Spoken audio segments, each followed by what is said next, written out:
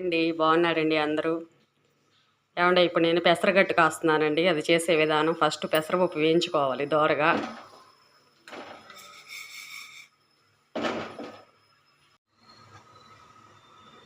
ఉల్లిపాయ పచ్చిమిర్చి కట్ చేసి పెట్టేసుకున్నానండి.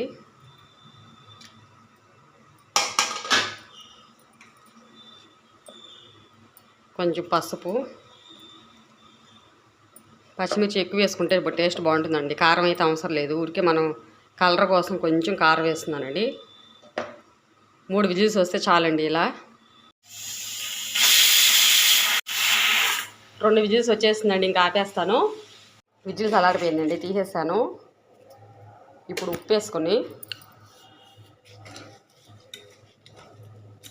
ఇట్లా ఎన్నించుకొని దానికి తగ్గ వాటర్ పోసిన తిరగమూత వేసుకుంటే అంతేనండి. చూపిస్తాను. నేను చెప్తూ ఉంటాను కదండి, తాళింపు పెట్టేటప్పుడు లాస్ట్లో ఒక్క ఉల్లిపాయ సన్నగా కట్ చేసి వేసుకుంటే పప్పులుసు, సాంబారు, పెసరగట్టు ఏదైనా టేస్ట్ అయితే చాలా చాలా బాగుంటుంది. ఒకసారి ట్రై చేయండి. ఇది తింటూ ఉంటే చక్కగా మగ్గకుండా ఉల్లిపాయ చాలా బాగుంటుందండి తినేటప్పుడు. మనం వేగిపోయిందండి. ఇదిగోండి వాటర్ యాడ్ చేశాను కదా నేను, 1.5 గ్లాస్ అలాగూ. ఇప్పుడు తాలింపు దీంట్లో వేసేస్తున్నానండి. ఇది అలా ఒక 10 నిమిషాలు అలా కాగితే చాలండి, తెల్లే వరకు.